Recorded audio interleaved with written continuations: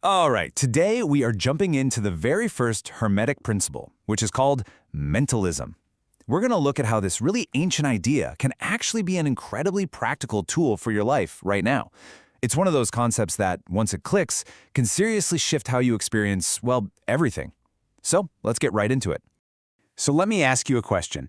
Have you ever really thought about this? You can have two people go through the exact same day. The same traffic jam, the same boring meeting, the same drizzly weather. And at the end of it, one person feels totally drained and defeated, and the other one feels fine, maybe even energized. How on earth is that possible? Okay, here's a perfect example to make this real. Imagine you and a coworker both get some pretty tough feedback on a project. For one person, their inner monologue just spirals. I'm a failure, this is terrible, I'm definitely not cut out for this. But for the other person, it's a completely different internal story. Okay, that's things a little, but this is actually really useful. Now I have a clear roadmap for what to improve. See? Same exact event, but the experience of it, worlds apart. So what's the real difference here? What separates these two reactions? It's not the event itself. It's the filter that the event passes through before it becomes your reality. And that's what we're going to explore here. What that filter actually is, and more importantly, how you can learn to consciously adjust it. This brings us right to the heart of it. Your consciousness, your own mind, isn't just a passive camera that records the world. It's an active lens. It's the medium that shapes, colors, and gives meaning to absolutely everything you perceive. Let's just state it plainly. Your mind is the medium. Full stop. Just like water is the medium for a fish or the air is the medium for a bird, your consciousness is the medium you live in. Every single sight, sound, feeling, and thought you have gets processed through it. There is no other way to experience reality. Now, what's really fascinating is that this isn't some new idea from a modern self-help book. Not at all. This concept is actually the cornerstone of an ancient philosophy, laid out in a book called The Kybalion. It's the very first principle, the principle of mentalism. This is the big foundational idea from the text. Now, the all is mind, the universe is mental, that sounds pretty cosmic, right? But what it's really getting at is the idea that, at the most fundamental level, reality itself is something like a vast consciousness, a universal mind. And our individual minds aren't separate, they're part of it. That's why our minds have so much power over our experience. So what does this actually mean in modern, everyday terms? Well, it suggests that the world we experience is, in a way, a mental construct. And that makes our consciousness way more than just the bystander. It's our primary interface with reality. It's kind of like the operating system we're all running. Okay, now this is a really crucial point. We have to put some guardrails on this idea. This is not about wishful thinking. We're not saying you can magically change facts just by thinking about them. That's the misconception. The practical view is that this is about mental discipline. It's about intentionally choosing to change your experience of the facts.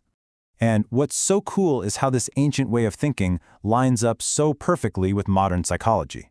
You look at something like cognitive behavioral therapy, and there's a core technique called cognitive distancing. It's literally the practice of creating a little bit of space between an event and your automatic thoughts about that event. You learn to see your thoughts as just, well, thoughts, not absolute truths. All right, so that's the theory. But theory is only useful if we can apply it. So let's get practical. How does understanding that mind is the medium actually change things in your day-to-day life? We're going to look at 3 big areas where you can put this into practice immediately. At your job, in your relationships with other people, and with the personal habits you're trying to build or maybe break. Let's circle back to that work example. You can't control the critical feedback you get, but you 100% control how you frame it. It's your choice. By consciously choosing your interpretation, you can take what feels like a punch to the gut and turn it into a clear roadmap for getting better. You aren't changing what was said, you're changing what it means to you. You're shifting the mental medium. Now, in relationships, this is a total game changer. Think about it. Someone says or does something that just pushes your buttons. There's this tiny little space between their action and your reaction. Your power is right there, in that gap. You start to realize their action is just an external event. Your response, though, that's created entirely inside your own mind, and you get to choose it. And of course, habits. This is huge. If you're trying to stop a bad habit, let's say mindlessly scrolling social media, you have to change the story you tell yourself about it. If your inner narrative is, I have to give up this fun thing I enjoy, you're probably going to fail. But if you reframe it to, I am choosing to reclaim my time and focus, suddenly the whole dynamic changes. You have to change the inner story to change the outer behavior. So this all might sound great, but how do you actually start? Where do you begin? Here is a super simple, totally actionable exercise you can do anytime, anywhere. I call it the 1-minute reset. It's just 3 steps. That's it. So when you feel a negative emotion or thought pattern starting to take over, first, just pause. Stop what you're doing and take one single conscious breath. Second, observe the thought that's driving the feeling. Don't judge it, just notice it. Instead of I'm so stressed, try saying to yourself, I'm having the thought that I'm so stressed. It creates a little distance. And third, consciously reframe the narrative. Choose a slightly better, more empowering story. That's it. Pause, observe, reframe. So if you remember anything from this, let it be these 3 things. First, your perception of reality is not fixed. It is malleable, and you have way more influence over it than you might think. Second, this is a skill. It's mental discipline, not some kind of magic wand. And third, you can start practicing this shift today, right now, with simple tools like that reset. You really are the architect of your experience. Now, the principle of mentalism is the foundation, but it's just the first of 7 Hermetic principles. In our next explainer, we're going to build right on top of this with the principle of correspondence. As above, so below. And it's a real mind bender. So be sure to check out the full series on our playlist to see how all these pieces fit together. Thanks for joining me, and I'll see you in the next one.